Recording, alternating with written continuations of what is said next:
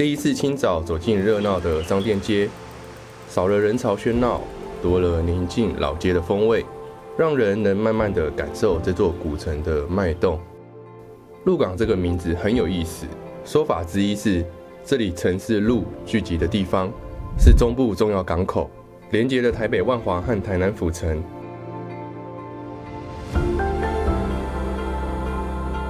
门上的狮头门环象征镇宅辟邪，有些门锁是方形铁扣，朴实却带着浓浓的匠人手作痕迹。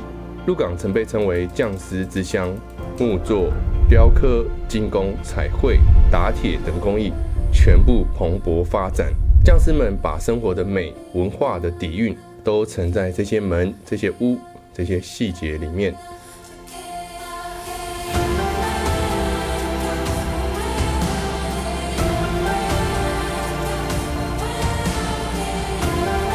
路上遇到在地阿伯聊了起来，他特别提到老街建材的故事。在大陆的泥啊，或是这个在追踪。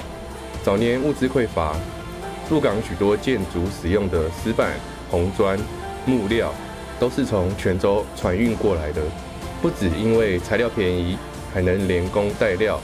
匠师们一同坐船来，全套包办。航运也因此更安全，因为重物压舱，可说是一举三得。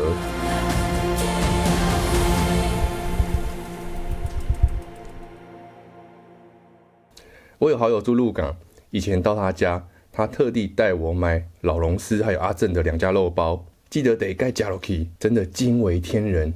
蓬蓬的外皮，满满的汤汁，还有扎实的馅料，绝对是台湾超强的肉包代表。如果来鹿港，建议2家都吃一遍。但如果只能选一家，我私心的小建议是：喜欢偏甜口味，选老龙丝；喜欢咸香明显，选阿正。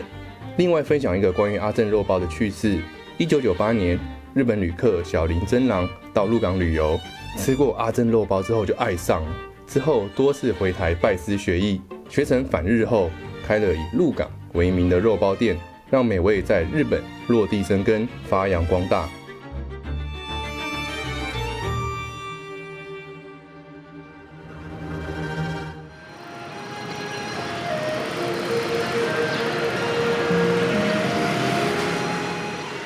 台湾共有5座龙山寺，由福建泉州安海龙山寺分乡而来，其中以万华和鹿港龙山寺最具代表性。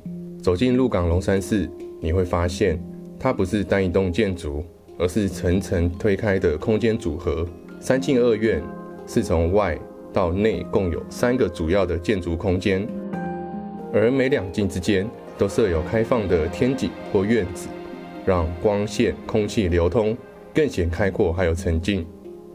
龙山寺的木雕工艺极具特色，汇聚泉州与鹿港本地的匠师技艺，从清代到日治时期，风格也有所演变。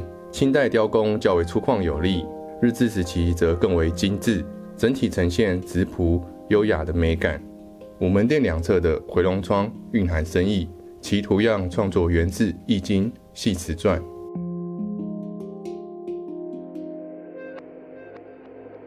早年戏台用来酬神，借由戏曲表演感谢神明的保佑，祈求丰收或平安。演变到现在，也出现具有争议的文化现象。接下来，让我们一起深入，慢慢欣赏鹿港龙山寺的静美还有细节。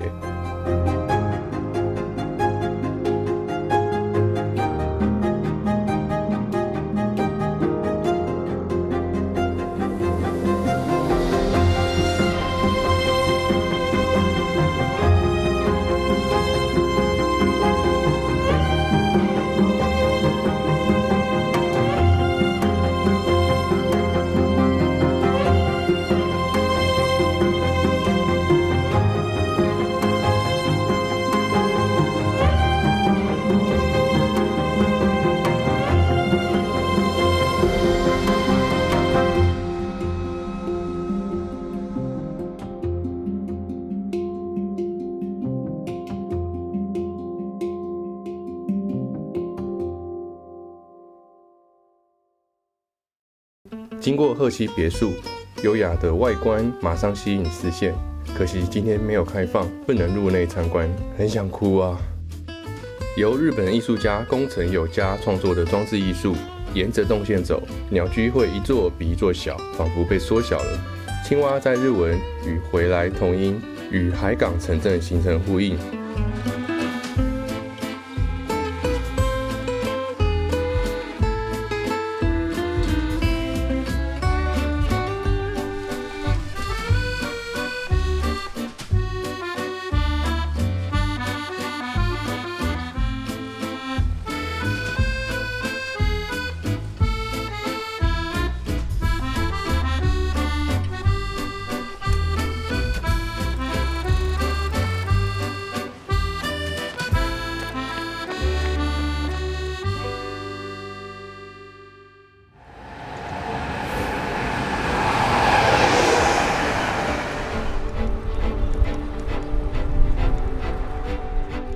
这里是在地艺术家以在地记忆为主题打造的创作，很有意思哦。